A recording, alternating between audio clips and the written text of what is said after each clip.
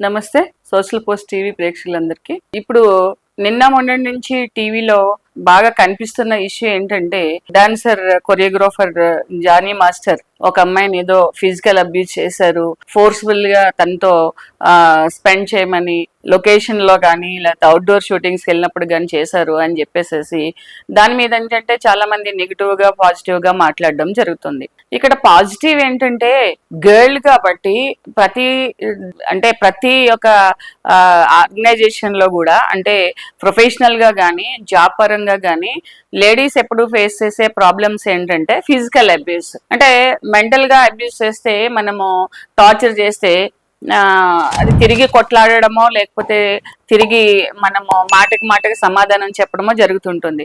కానీ ఇక్కడ physical abuse అని అంటే కొట్టడమో అట్లాని కాదు, ఫిజికల్ గా లొంగ తీసుకోవడం కోసము ఒక లేడీ మీద లైంగికమైన చర్యలు చేస్తున్నారు అని చాలా మంది బయటకు రావడం జరుగుతూ ఉంటుంది. అంటే పోలీస్ స్టేషన్ అప్రోచ్ కావడం కానీ, కోర్టును అప్రోచ్ కావడం కానీ, మహిళా కమిషన్ కానీ, డిఫరెంట్ లీగల్ ఆర్గనైజేషన్స్ ని అప్రోచ్ అవడం జరుగుతుంది. ఓకే, ఇది చాలా అంటే ప్రతి ఒక్కరు చేయవలసిందే, అలా ఫేస్ చేస్తున్నారు కూడా ప్రాబ్లమ్స్. ఎంతో మంది బయటకు రావట్లేదు, బయటకు రాని వాళ్ళు కూడా రండి. కానీ ఎప్పుడు రావాలి, ఎప్పుడు వస్తే మీకు కరెక్ట్ గా దానికి సంబంధించి న్యాయం జరుగుతుంది, ఎప్పుడు తెలిస్తే మీరు ఒక ధైర్యవంతురాల్లాగా లేకపోతే ఒక రోల్ మోడల్ లాగా తీసుకుని మిగిలిన వాళ్ళు వెనక్కి వస్తారంటే ఫస్ట్ డే కానీ, ఫస్ట్ వీక్ కానీ, ఫస్ట్ మంత్ కానీ పోలీస్ స్టేషన్కి వస్తే కనుక మిమ్మల్ని చాలా అప్రిషియేట్ చేయడము, అంటే మీ సెల్ఫ్ రెస్పెక్ట్ కూడా వాల్యూ ఇవ్వడము అదంతా జరుగుతుంది. ఎందుకంటే ఒక ఉమెన్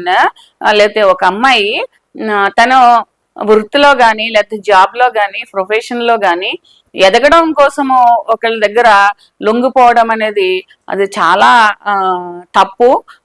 చాలా అంటే అది హర్షించదగ్గ విషయం కాదు. సమాజంలో ఎప్పుడో 3-4 ఏళ్ళ నుంచి అబ్యూస్ చేస్తున్నారు, నన్ను ఇంటికి వచ్చి కొడుతున్నారు, నన్ను ఇంటికి వచ్చి తిడుతున్నారు, మేబీ అయ్యి ఉండొచ్చు. అంటే ఇన్ని సంవత్సరాలు ఫేస్ చేయవలసిన అవసరం ఏమున్నది? ఈ రోజు వచ్చినట్టే అంటే భయపడ్డాము, మమ్మల్ని బెదిరించారు అంటారు. అదే అప్పుడే బెదిరించిన వాళ్ళు ఇప్పుడు కూడా వచ్చి బెదిరించవచ్చు. కానీ ప్రతి అమ్మాయి ఏంటంటే ఎదగడం కోసమో లేకపోతే ఒక సపోర్ట్ కోసమో ఒక పర్సన్ దగ్గర కొన్ని లీనియసెస్ ఇవ్వడము, అలాగే ఏముందిలే ఈ మాట అన్నారు కదా, ఏముందిలే ఇలా చేయి తగిలింది కదా, అలాంటివి కూడా భరించడం. అదేంటంటే మగవాళ్ళు ఇలాంటి వాళ్ళు ఎక్స్ట్రీమ్ స్టేజ్కి వెళ్ళిపోతా ఉంటారు. అయితే వాళ్ళిద్దరికి ఇష్యూస్ వచ్చినప్పుడు లేకపోతే ఇంకా అన్బేరబుల్ సిచ్యుయేషన్ వచ్చినప్పుడు బయటకు వస్తారు. ఓకే, అన్బేరబుల్ సిచ్యుయేషన్ వచ్చినప్పుడు బయటకు రావడం కంటే నేను చెప్పేది ఏముందంటే అది ఫస్ట్ లోనే మీరు ఖండిస్తే మీ లైఫ్ బాగుంటుంది, మీరు నెగిటివ్ ట్రోల్ అవ్వకుండా ఉంటారు, నెగిటివ్ గా మీ గురించి స్పందించకుండా ఉంటారు. ఒక 2-3 సంవత్సరాల తర్వాత అతను నన్ను ఫిజికల్ గా అబ్యూజ్ చేశాడు, బాంబేలో లొకేషన్ లో తీసుకెళ్లి హోటల్లో నన్ను బలవంతంగా కొట్టి నన్ను లోపరుచుకున్నాడు అంటే బాంబే పోలీస్ స్టేషన్ లోనే కేసు కంప్లైంట్ ఇవ్వాలి. అప్పుడేం చేస్తాడు, ఇక్కడ నుంచి బాంబే తిరుగుతారు ఎవరైనా కానీ, లేకపోతే బాంబేలో కాదు చెన్నైలో అయితే చెన్నైలో ఇవ్వాలి.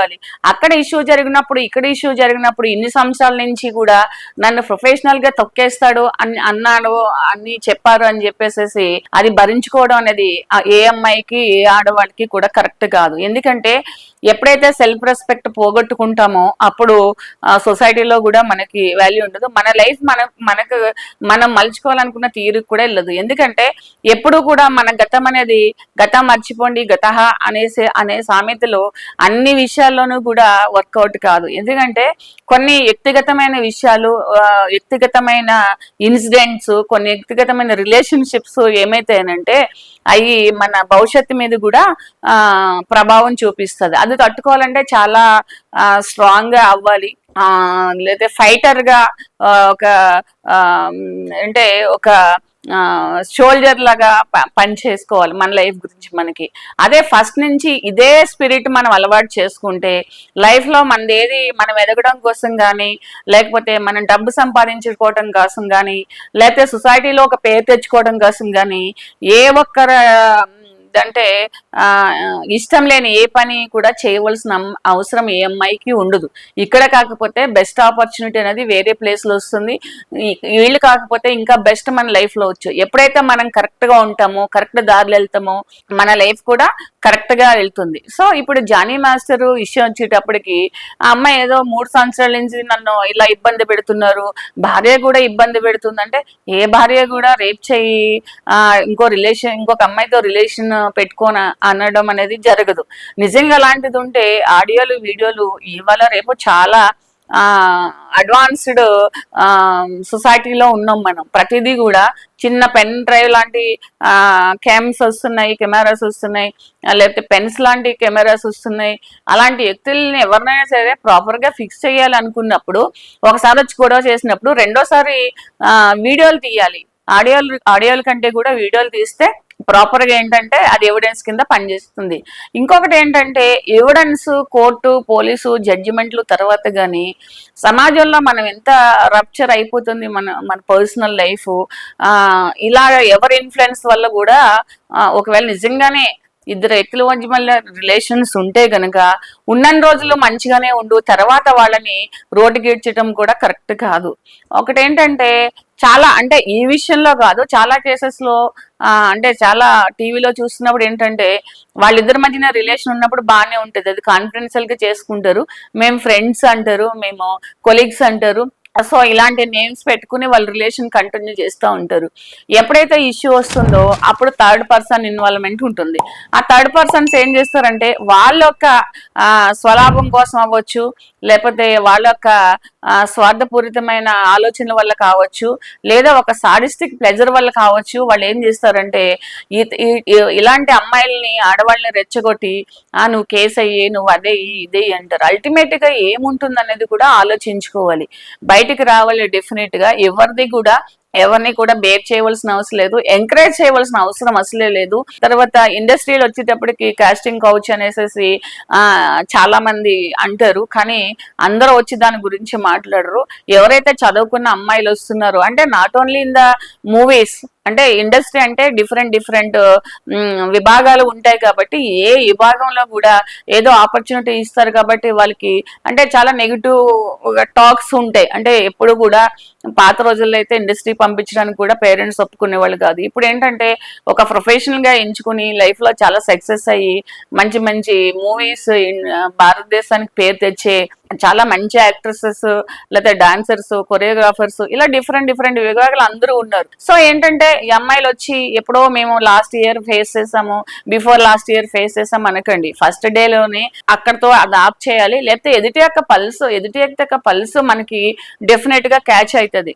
అంటే ఎలా అంటే ఆ వ్యక్తి ఒక మాట మాట్లాడినప్పుడు ఏ విధంగా మాట్లాడుతున్నాడు, అతని ఉద్దేశం ఏమున్నది, ఏ ఉద్దేశంతో నాకు తను వర్క్ ఇస్తున్నాడు, అంటే నా టాలెంట్ చూసి ఇస్తున్నారా, లేకపోతే నాకు నేర్పించాలనే ఒక మంచి ఉద్దేశంతో నాకు ఇస్తున్నారా, ఒక మంచి నా ప్రొఫెషన్ లో నేను ముందుకెళ్ళాలని, లేకపోతే తన నన్ను దగ్గర పెట్టుకున్నందుకు ఒక మనీ పరంగా లేకపోతే పేరు పరంగా అలా లాభపడితే పర్వాలేదు. అంటే ఒకరికి మనం ఆపర్చునిటీ ఇచ్చినప్పుడు వాళ్ళ నుంచి మనకి ఇంకా బెనిఫిట్ అవుతుంది, ప్రొఫెషన్ కి సపోర్ట్ అవుతుంది, లేకపోతే ప్రొఫెషన్ లో మనం ఇంకా మంచిగా సొసైటీలో వెల్వేట్ కాగలుగుతాము అనే దానికైతే పర్వాలేదు. కానీ ఇక్కడ వచ్చేది ఏంటంటే వ్యక్తిగతమైన ప్రెజర్స్ ఏవైతే ఉన్నాయో, వ్యక్తిగతమైన రిలేషన్షిప్స్ ఏవైతే ఉన్నాయో, వాళ్ళ మాట్లాడే విధానం మనం అర్థమయ్యేటప్పుడు డెఫినెట్ గా అమ్మాయిలు పక్కకి వెళ్ళిపోవడము, లేకపోతే దాన్ని ఇంకా ముందుకు చేసుకుని పర్సనల్ లైఫ్ లో కూడా డిస్టర్బెన్స్ తెచ్చుకోకుండా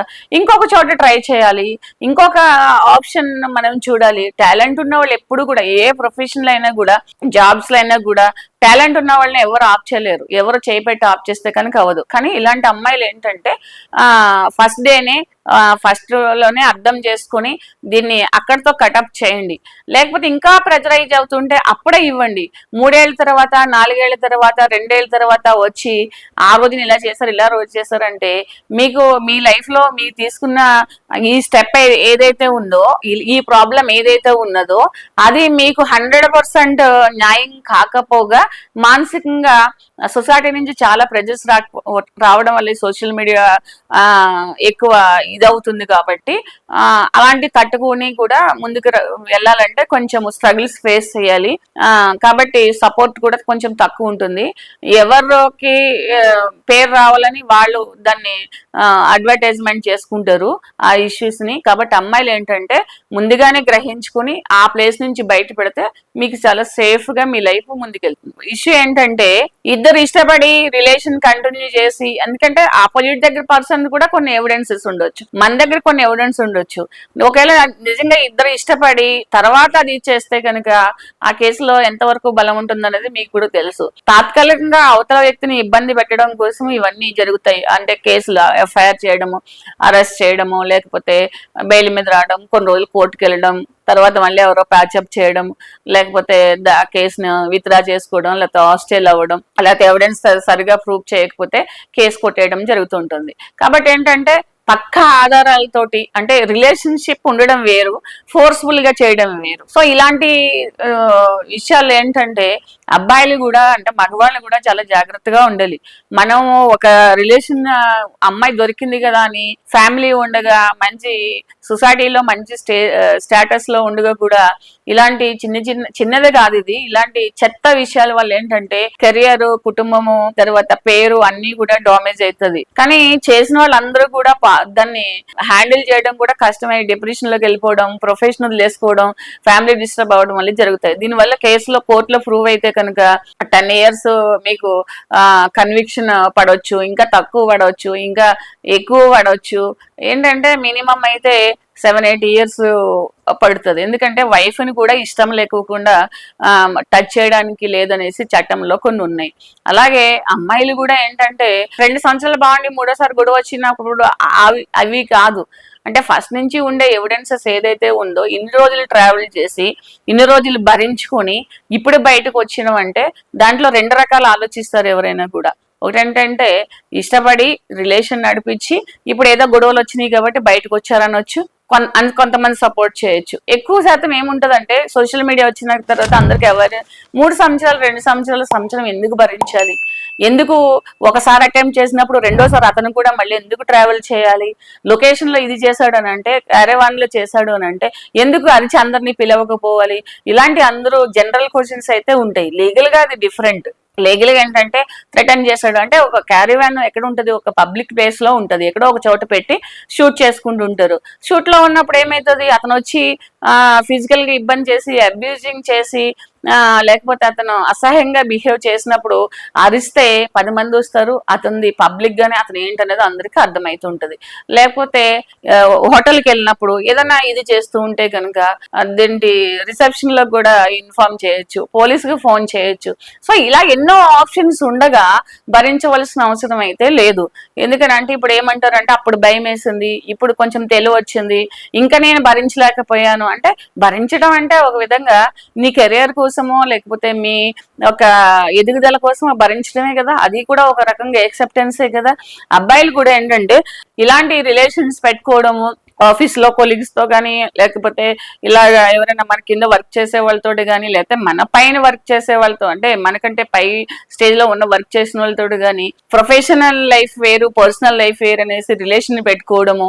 ఈ రిలేషన్స్ ఎట్లా వెళ్ళిపోతున్నాయంటే వచ్చి సడన్ గా ఏదో ఒక రోజు బ్లాస్ట్ అయ్యి సోషల్ మీడియాలోకి వచ్చేస్తున్నాయి. అంటే గొడవల వల్ల ఏంటంటే సోషల్ మీడియాలోకి వచ్చేస్తున్నాయి. సో పెద్దవాళ్ళు చిన్నవాళ్ళని లేకుండా, వయసుతో తారతమ్యం లేకుండా ఇలాంటివన్నీ చేయడం వల్ల ఏంటంటే లీగల్ గానే కాదు, సామాజిక పరంగానే కాదు, మానసికంగా కూడా ఫ్యామిలీతో పాటు ఒక ఏజ్ వచ్చిన తర్వాత తట్టుకోలేరు. ఇప్పుడు 56 ఏళ్ళ కూడా we are going for new marriage, we are going to some other option. ఇలా ఎందుకనంటే ఏదో ఉన్నది లైఫ్ ని ఎంజాయ్ చేయాలి, లైఫ్ ని ముందుకి ఇన్ని రోజులు కష్టపడ్డాం అనేసి ఒకలాంటి, అంటే పక్క వాళ్ళని చూసి మనం నేర్చుకోవడం, పక్క వాళ్ళని చూసి మనము అనుకరించడం, పక్క వాళ్ళని చూసి మనం చేయాలని రోల్ మోడల్ గా తీసుకోవడం.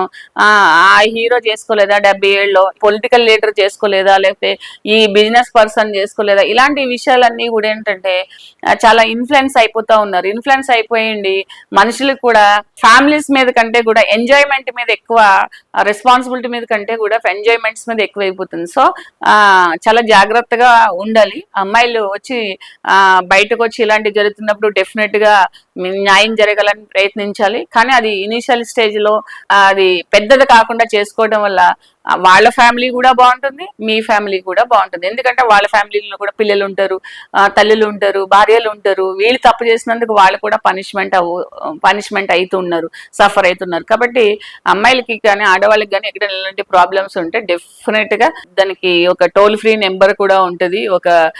ఆ నెంబర్లు కూడా పెట్టుకోండి, అందరూ కూడా పెట్టుకొని ఇన్సిడెంట్ అయినప్పుడు ఫోన్ చేస్తే డెఫినెట్ గా మీరు పోలీస్ స్టేషన్కి వెళ్ళి కంప్లైంట్ ఇవ్వకుండా కూడా యాక్షన్స్ తీసుకుంటారు.